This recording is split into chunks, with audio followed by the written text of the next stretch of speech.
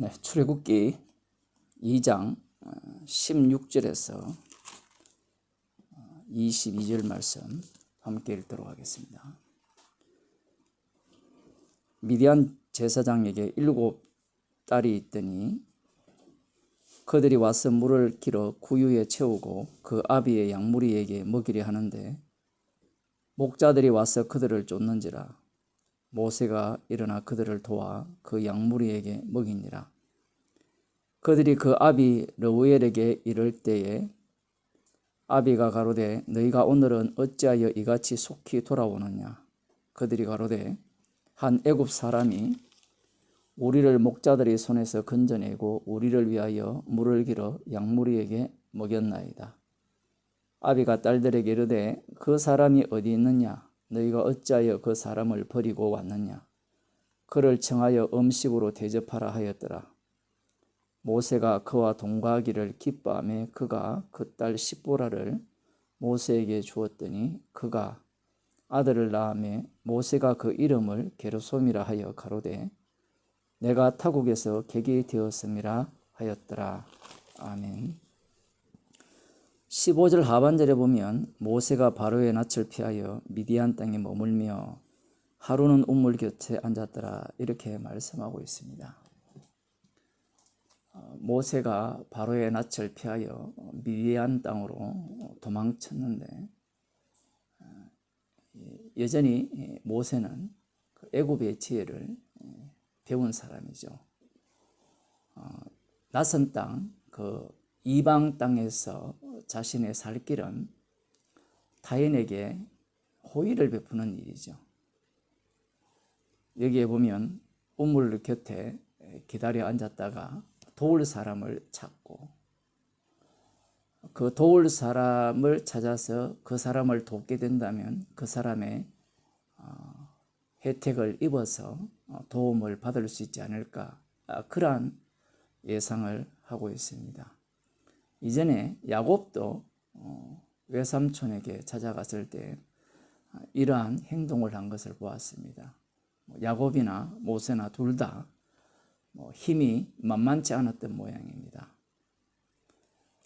그래서 이 모세는 그 우물 곁에서 기다리는 중에 그 미디안 제사장의 그 7 딸이 양무리를 몰고 그 물을 떠서 구유에 부어서 양무리에게 먹이려 하는 그 타임에 다른 목자들, 남자들이죠. 그 목자들이 이들을 쫓아내는 것을 목격하고 모세가 이들을 도와줍니다.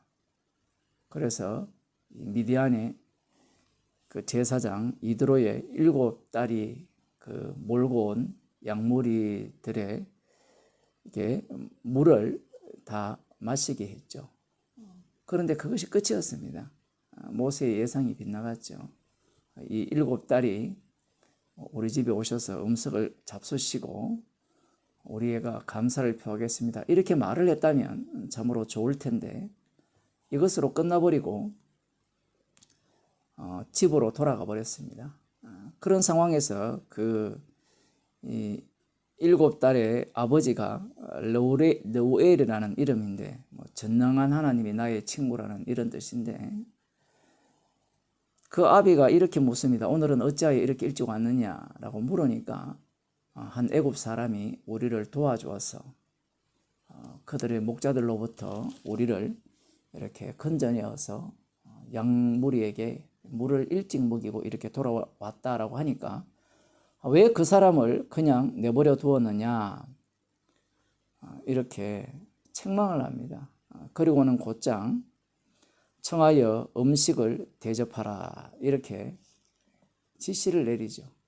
그러자마자 모세를 이렇게 청했고 모세가 그와 동거하기를 기뻐하며 그가 그 딸 십보라를 아내로 주었고 모세가 아들을 낳아서 그 이름을 이제 게르솜이라 이렇게 부릅니다. 첫째 아들이 게르솜이고 둘째 아들이 엘레셀인데 지금 여기에서는 게르솜만 이렇게 등장하는데 이 게르솜의 뜻은 내가 타국에서 객이 되었음이라 하였더라. 그런 뜻입니다. 자, 이 본문에서 사람들은 모세의 어떤 행위나 아니면 이 미디안 제사장 이드로의 행위 아니면 이 7달의 행위를 통하여 무언가 본을 받으려고 이 본문을 헤집고 다닙니다. 그런데 과연 본을 받을 게 있나요? 왜 여기에서 뭔가 본받을 것이 있다고 생각하느냐라고 할 때는 모세가 곧 이스라엘을 애굽에서 이끌 지도자로 나서게 되잖아요. 그래서 이러한 어떤 상황들, 바로의 낯을 피하여 미디안 땅으로 피한 이 모습을 무엇으로 생각하느냐라고 할 때는 지도자 수업이라 이렇게 생각하는 겁니다. 인간들의 생각은 항상 뭔가 준비되어야 주님이 서시는데 합당하다라고 생각하거든요. 창세기를 아무리 읽어도, 성경을 아무리 읽어도, 사복음서를 아무리 읽어도 육에서 벗어날 길이 없네요. 아브라함을 부르실 때 우상숭배 가운데 불렀거든요. 모세도 마찬가지입니다. 모세를 지금 미디안 땅으로 그 바로의 낯을 피하여 이렇게 도망치게 한 이유도 하나님의 일은 있는 걸로 쓰지 않아요. 새로운 걸로 씁니다. 항상. 설교할 때마다 십자가 사건이 계속해서 반복된다 이렇게 말씀드렸는데 구약도 다르지 않습니다. 이 모세의 모습을 보게 되면 고전에 이 미디안 제사장이라 했을 때는 이방인 제사장이에요. 쉽게 말하면 모세가 바로의 낯을 피해서 도망간 나라라고 치면 이 태국 같은 불교 나라입니다. 그런데 도망간 거예요. 그러니 그곳의 어떤 삶의 생활 방식이나 모든 것들은 우상 숭배 가운데 있는 그런 어떤 상황이죠. 이대로가 하나님을 자연스럽게 받아들인다고 하지만 이런 것들은 이전에 우리들이 야곱의 외삼촌 라반의 신앙생활도 이와 흡사했죠. 전능한 하나님을 다 믿어요. 전능한 하나님을 안 믿는 사람들이 없습니다. 그런데 그 전능한 하나님이 언약의 하나님이 아니라는 사실이죠.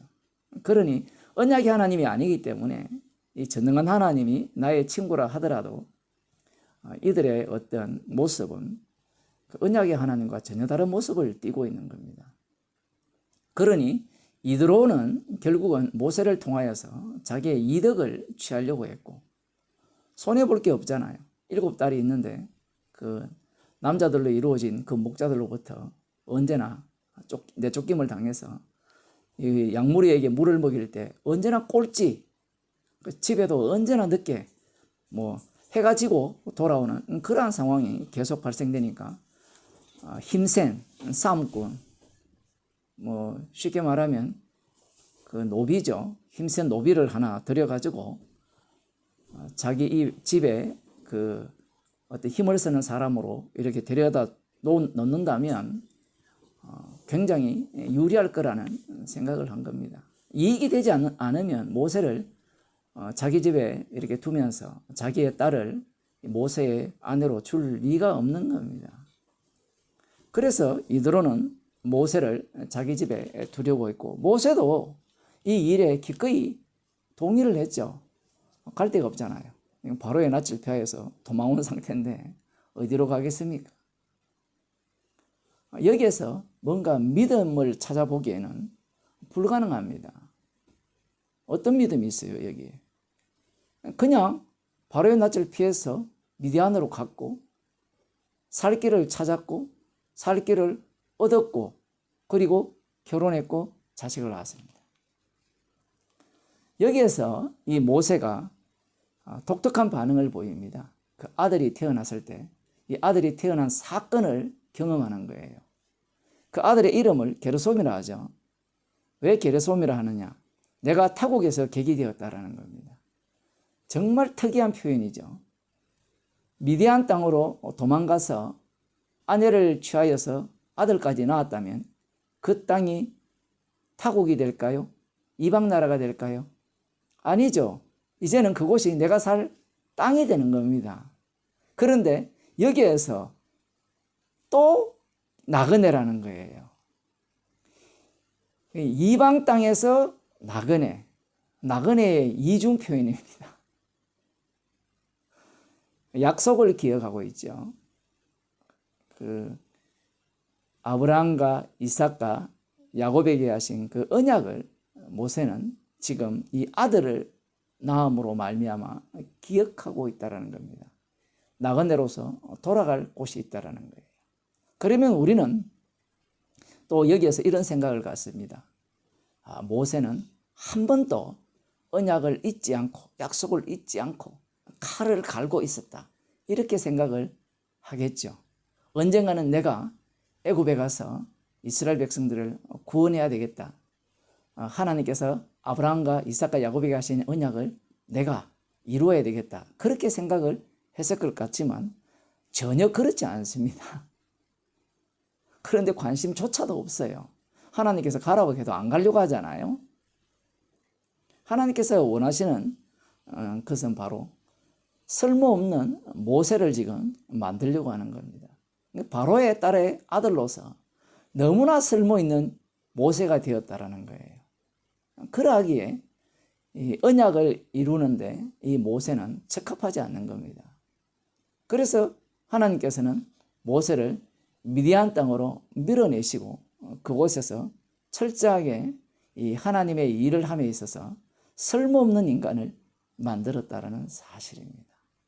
그렇다면 이 히브리서 우리가 어제도 살펴봤지만 그 11장 한번 봅시다. 11장 27절을 보면 애굽을 떠나 임금의 노함을 무서워 아니하고 곧 보이지 아니하는 자를 보는 것 같이 하여 참았으며 믿음으로 이렇게 살았다라는 거죠.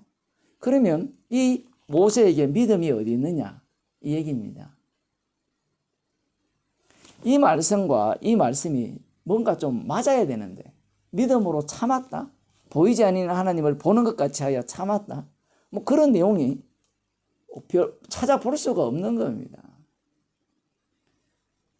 자꾸 우리는 이 성경을 볼 때 내가 소유할 수 있고 확보할 수 있는 내용을 찾아내려고 해요.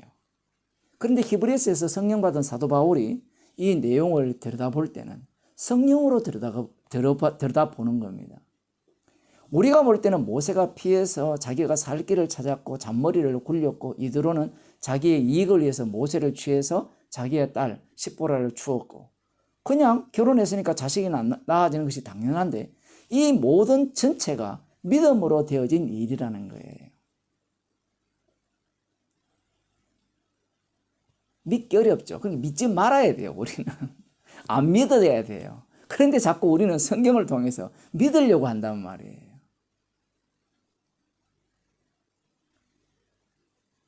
주님께서 일하시는 방식이 이러한 방식입니다.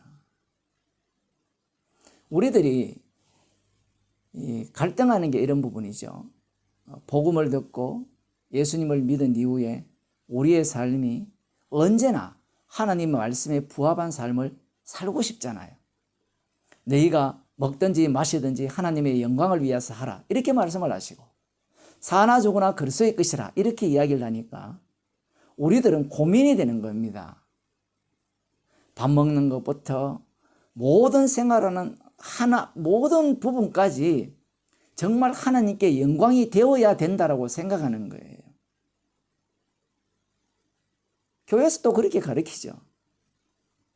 아침마다 경건의 시간을 갖고 큐티를 해가게 해주셔서 감사합니다라고 기도하면서 하나님 말씀을 듣고 오늘 하루도 말씀대로 살겠습니다 하지만 한번 따져보세요. 그 하루 동안 아침 5시에 일어나서 12시에 잔다고 했을 때 그렇게 안 하시겠지만 6시에 일어나서 12시에 잔다고 했을 때 그 시간 동안 얼마나 주님을 생각하고 얼마나 십자가의 그 은혜를 감사하며 사나요? 1분도 안 될 겁니다 아마. 1분이 뭡니까? 할 일 없는 사람이야 한 10분 정도 할지 모르겠지만 문제는 그렇게 했을 때 이 인간이란 자체가 그 흔히 말하는 양심이죠. 양심이 가만두지를 않는 겁니다. 네가 그러고도 주님과 동행한다고? 네가 그러고도 예수 믿는다고? 그러고도 하나님의 말씀을 날마다 묵상한다고? 그렇게 자기가 자기를 책망하는 거예요. 예수님은 우리에게 결코 정죄함이 없다고 했는데 지가 정죄를 다 해버립니다. 왜 그러냐 할 때는 말씀이 우리를 삼켰는데 우리는 내가 말씀을 장악하려고 해요. 그 유튜브에 어떤 그 아들이라는 분이 누구신지 모르지만 뭐 이름을 밝히지 않으니까 제가 알 수도 있고 모를 수도 있는데 그분이 질문하는 그 내막은 그런 거예요. 내가 다 알게 해달라는 겁니다.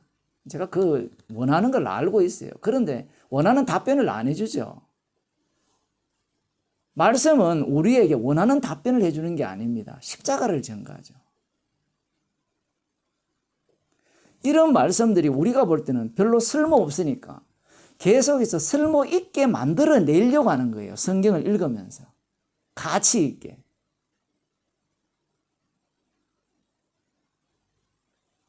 왜 그러냐라고 할 때는 인간이 지가 선악과를 먹은 이후에 하나님과 같이 되어서 신이 되어버렸기 때문에 그래요.